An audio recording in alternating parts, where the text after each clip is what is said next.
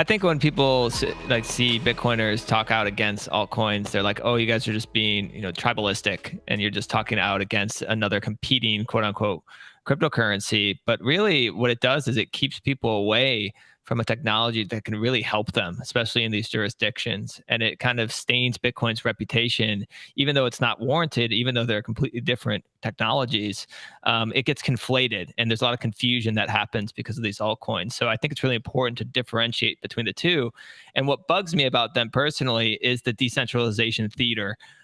These dinos. I think that was even coined by SEC Commissioner Hester Pierce, who said these are decentralized in name only, and you always that it always comes to light when something bad happens to these other cryptocurrencies, because that's when they kind of either roll back the chain, they ban users, when there's a hack or something bad, that's when you actually see that they're not decentralized.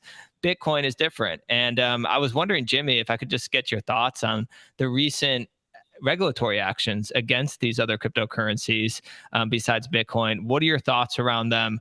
Some people are like against it because they're very like free market.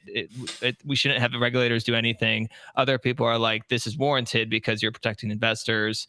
What are your thoughts around these regulatory actions? Well, I think in many ways this was inevitable, right? You're saying that you're decentralized, but you have a centralized foundation. You did a prima and you sold to investors. Who did all of these things? It's so obvious that they are centralized, and just saying, "Hey, we're decentralized, we're decentralized, we're decentralized," does not keep the government off your back. So in a sense, they're getting what was the natural consequence of what of the actions that they were taking. Now, a lot of altcoiners get mad at me and say when I say, "Well, I don't care about that." They're like, "Oh, they're going to come after you next." Well, I'd like to see them try, because we're decentralized. We're actually decentralized, and not like in name only decentralized. So, I in a sense, it's like watching two people that you don't necessarily care for like fighting. It's like, okay, well, like whatever, doesn't really have that much to do with me. Unfortunately, like, people ask your opinion as if like your Bitcoin maximalist support is going to get the SEC off your back or something. We know that Bitcoin is decentralized, that regulators may at some point try to regulate, and in many ways they have. But like, we're not vulnerable to this thing that all of these other coins are, right? Like you can go arrest Vitalik tomorrow and demand certain things from him. Any government can do that if he's within their borders. You can't. What do you do with Bitcoin, right? Like, who do you arrest to stop the entire network? You can't do it. But you arrest Vitalik, and he decrees that the chain that you're running is not Ethereum. Then the chain that you're running is not Ethereum, right? It's this weird situation where a lot of altcoiners are demanding Bitcoiners support them, despite them having told us that we don't matter, that we're outdated, and insulting us all along the way, and then saying we're all in this together. No, we're not. We've never been in this together. We're there. In fact, the we here is the entire Bitcoin community. The we that you're referring to are the centralized controllers of these altcoins. You have nothing to do with us, and it's frustrating to me that so many altcoiners continue to spout this lie.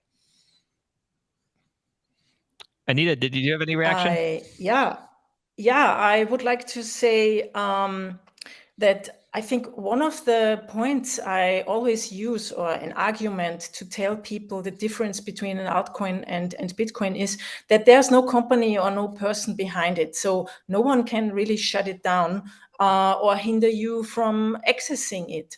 And that's one thing that most people understand in Africa, because they all have problems with their bank accounts. They get shut out and things like that.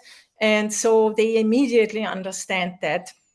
And I say to them, well, Ethereum is basically like a company for me, or Cardano, or whatever, WorldCoin. They are all companies. They can all decide what happens next. You won't get asked. And so that's something that people understand. And I think we should put the emphasis on these the most basic understandable differences, understandable for the regular people, for the people on the ground. Yeah, I mean, it certainly seems like people are starting to wake up to this whole decentralized and name only. I mean, even in the SEC's complaint, even Cardano was one of them, and they just listed out like page after page of why this is more like an organization that's in control. And obviously, Bitcoin's different. But it seems like there's a sentiment shift happening, and there's one common thread between all of these lawsuits, and that Bitcoin can't be found in any of them. And you're also seeing like institutional interests really start to focus more on Bitcoin as the word starts to get out of, okay, this thing is actually in a league of its own.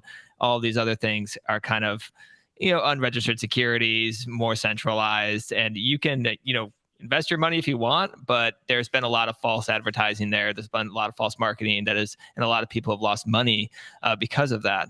And so I think it's a good thing that these things are starting to come to light, and hopefully more and more people will understand the difference between Bitcoin, with educators like you guys kind of leading the way.